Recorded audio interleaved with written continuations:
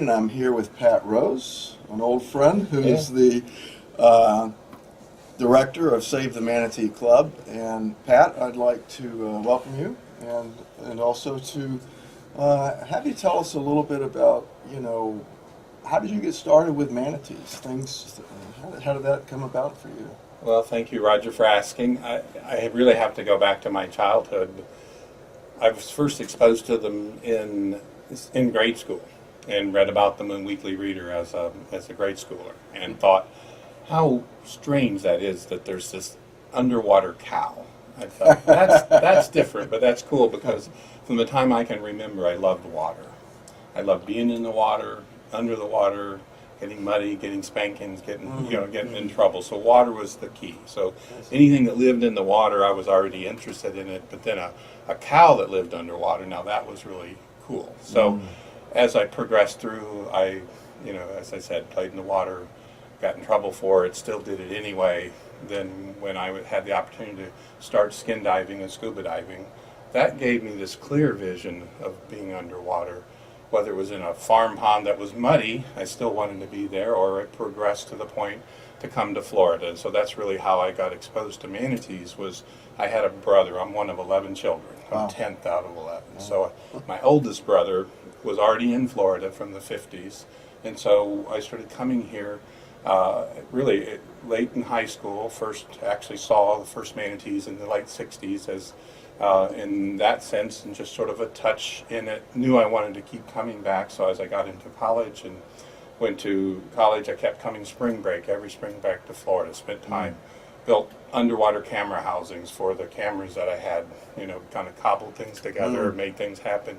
Went back to Missouri, where I was from, and showed these terrible videos of a flighting manatee here and there, but even then it was impressive because even if you couldn't see the whole manatee, you could see these white scars that were standing out. So this goes way Even back. then, wow. So even then, you could see those even in the murky water, and people would ask, what was that? And so there really wasn't a lot going on. There's a little bit of a beginnings of an awareness program, a little bit of base research by Woody Hartman being done in Crystal River. And Snooty was already, of course, in captivity. But beyond that, there was just a fledgling. Well, I'm not sure at that point there was even a fledgling. There wasn't really, even the federal programs hadn't begun This yet was at that point before in time. the So this would be the late Marine 60s, Mammal very early Protection. 70s. Right. So before the Marine Mammal Protection Act and the Endangered Species Act, so Marine Mammal Protection Act in 72 and Endangered Species Act in 73. So in that period of time, I was coming back and forth and actually had learned a lot about them, spent a lot of time underwater, a lot of time with movies and helping to prepare myself. Got a scholarship to go to graduate school in Florida, then was offered to stay in Missouri and get paid to do my research for my graduate work. So I said, well, I can put it off a little while rather than just packing up and coming and only having my school being paid. So finished graduate school, knew well ahead when I wanted to come here, so my wife and I packed everything up in a car and a trailer, and we moved to Florida with no jobs or knowing what we were going to do, other than I knew that I wanted to work with water. And being an aquatic biologist, which was my background, so I was able to put my career together with my passion. And so should I break up the answers, or I'm not sure what's the We'll edit. best way? Okay. So Pat, you got a graduate degree, as I understand it, in aquatic biology in Missouri. Yes. And then you moved to Florida with your wife Yeah. shortly after that. Right. We actually ended up moving in '76, so it took all of college and all of graduate school, and then we actually just packed everything up and came. And where did you land in Florida? Orlando. In So Orlando. right back where we are now, as a matter of Okay, fact. So right. sort of took a spin around, and again, my oldest brother was sort of an influence because he was on the board of directors at Florida Audubon, I see. and so there were no jobs there. So and I applied for jobs all over, and in that period of time, I would say the economy was as bad as it is today. It was really bad. There The late 70s. weren't jobs around to be had, and so I ended up applying for a lot of them. But then I volunteered at Florida Audubon, and then volunteering there, I was asked as part of that process, well, what would you like to work on? I said anything to do with water, but I'll work on anything that really helps with the environment and protect it. But water's what I really care about. So I worked on projects from development impacts on aquatic ecosystems to groundwater storage and deep well injection and the introduction of biological control measures for aquatic weeds, those kinds of things. And then I was asked one day, well, what would you like to work on that you're not working on? And it was obvious. I said, manatees. He says, well, you can work on it. Just go get the money. It's easy. and you can work on it. So that was sort of the long story short. But at that point is when I really applied for the first work on doing research or doing a project for the Marine Mammal Commission. Oh, okay. Learned a lot in putting that application together and the grant and so forth. We didn't get it, but like I said, I learned a lot from it. And in looking back at it, it was pretty naive, some of the things we proposed doing and so forth, because it was just sort of out of the gates. A lot of the things, though, that we proposed to get to, actually then later I was able to implement and get done. And that work was to really start studying more of the manatees' use of Crystal River and Kings Bay and some of those. So that was in the first one that I didn't get, but very shortly after that, we got the contract for me to be the principal investigator to study the impacts of power plants on manatees.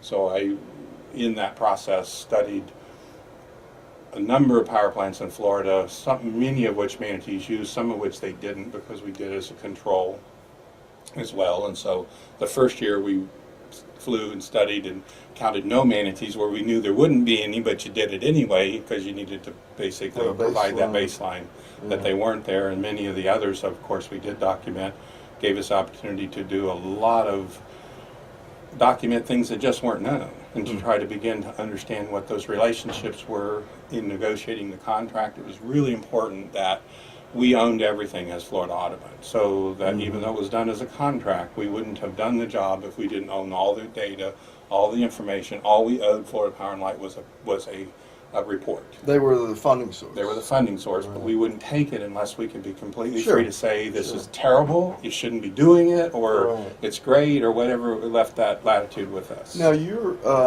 mentioned flying, and you're getting in the air and being able to count manatees was one of the, as I understand it, one of the first examples of counting manatees from the air, which later became a standard technique and is still used today in the synoptic surveys that are done more or less annually. Is that correct? Yes, before that, there certainly had been done, but it was done hit and miss here, and there was one which really would have been the precursor of a synoptic survey that Woody did when he flew a lot of different areas, but it was one person doing it and flying it in a lot of areas, so wasn't able to do it at the same time. The work that I did was probably a great expansion of that, because we routinely flew the same power plants over and over again during the course of a winter and then in multiple years and as well. And in fact, after I left that, John Reynolds took over those flights and they continued to today. So we really started those flights in 1977. So it's a very long-term project and database that's been, and the wonderful thing about it is that not only are you documenting how many manatees are there, relatively speaking, their abundance and distribution, but also what they're doing. There's all these other things you can see and observe and begin to understand. And by documenting it through photographs and so forth, I was able to use that information to help lobby in Florida legislature for the Manatee Sanctuary Act. It had failed the year before. There really hadn't been a good set of facts and information presented, and also in a graphic way. So I was actually able to show legislators, on one case, a boat hitting a manatee, in other cases, how manatees moved away from the boats, and then other boats' erratic behavior. Having the pictures literally was worth that 1,000 words. Now, give us place us in time here. When was that going on that you mentioned lobbying the legislature, and tell us a little bit about the Marine Sanctuary Act? Well, that was 1977-78. The act was actually passed in 1978, so we got it started. We limited the protected areas to primarily the warm water habitat. So in order to get a starting place, because there was, even way back then, there was a lot of fighting back and forth to get anything done. And like I said, it had been proposed the prior year but had failed. So this way we were able to get it going. It has progressed over the years since then, been modified many times, but it's a quite comprehensive document, and it lives on, and it will continue to live on, we would hope, even if whatever happens with federal law or other law, it's still the state's manatee sanctuary. Right. Now, you mentioned some degree of contentiousness. Can you give us, you've got, this great historical perspective because you were there more or less from the beginning of all these manatee things that have been going on in Florida. Can you give us a feeling for what the different competing interests have been and continue to be in the state with regard to, say, setting up a sanctuary? Why would people object to that? What are the problems? Well, a good one's probably Crystal River because it's been in the news so much with so many different ways and sort of doing that much more. And of course, it's now the only federal refuge for manatees. But back then, I actually, as a private person working for Florida Audubon, but with my knowledge of the manatees, conducted the first state administrative hearing for adoption of rules in Kings Bay. And it was at a gymnasium. It was filled with people. There were a lot of people upset. There were those commercial fishermen who also actually did a lot of drug movement and didn't want manatee law enforcement things to go on in their area. Not so much as they were probably eating manatees still, even then, some of them. But they really didn't want it there because they didn't want law enforcement presence to get in the way of their drug trafficking. And so I actually received at least 2 threats that night for my life as I'm leaving the meetings, and there were a lot of other people and so forth. But it was kind of unique in that I didn't work for the state at that point in time, but I was actually conducting the meeting. Now, there was another gentleman called J.T. Lowe. He was the head of the Marine Industries Association. He would follow me to every meeting, and he would say why we shouldn't have this. And I would, of course, be explaining the science behind it, the sightings and the rest of it, and why it was important. Although we fought at that point in time over the years, and when it came time for him to retire, he paid me a great compliment, and I did also to him, because even though we had differences, we managed to find where we had common ground and able to come together. So those would be kind of some highlights of that. Now, around this time, in the mid to late 70s, is when the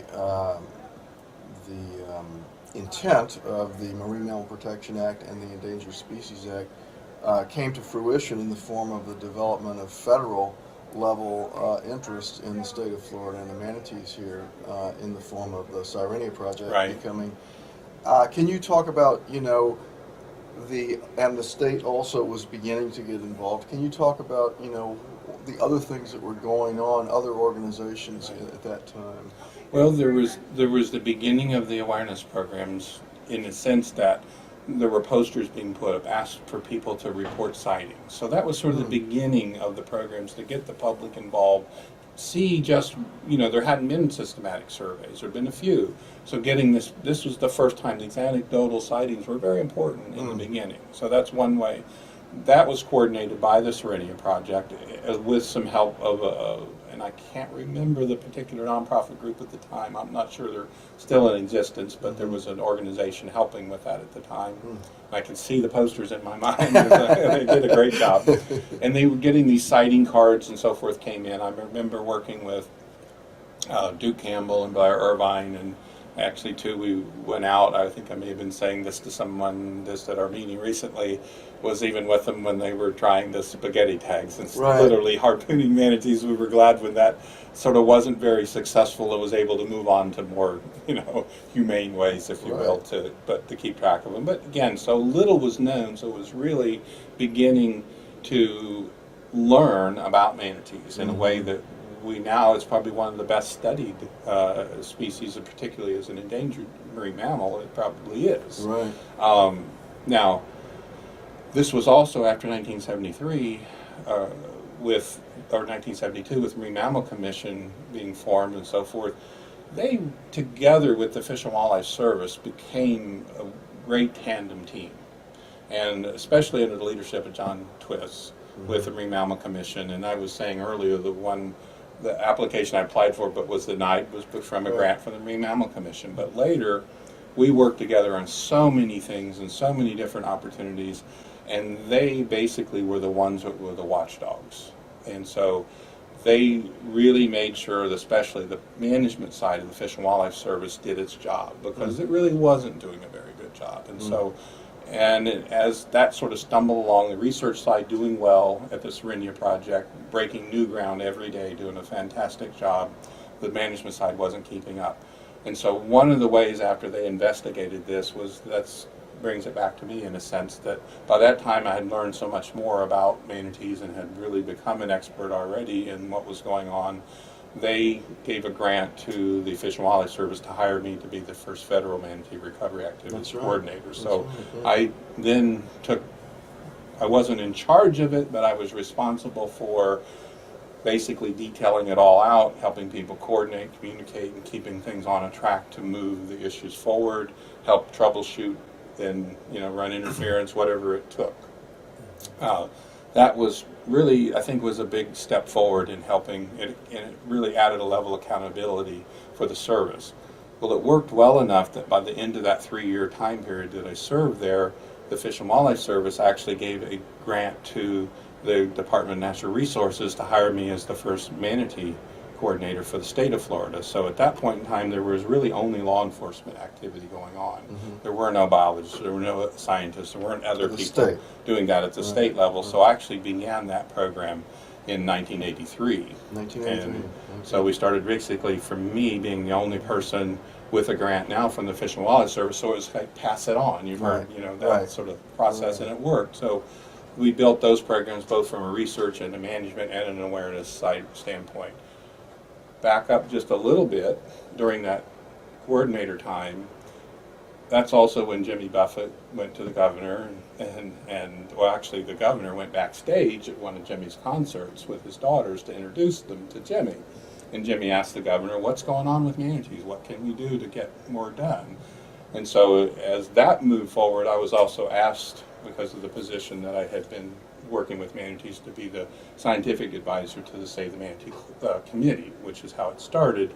And so in a parallel path with all of these other things, Save the Manatee really was formed also in '81, and so the time that the state programs began in '83, and the Marine Mammal Commission being so intricately involved in all of it, I mean, they were like the in a nice way, the puppeteer, if you will. They were really setting things up for success.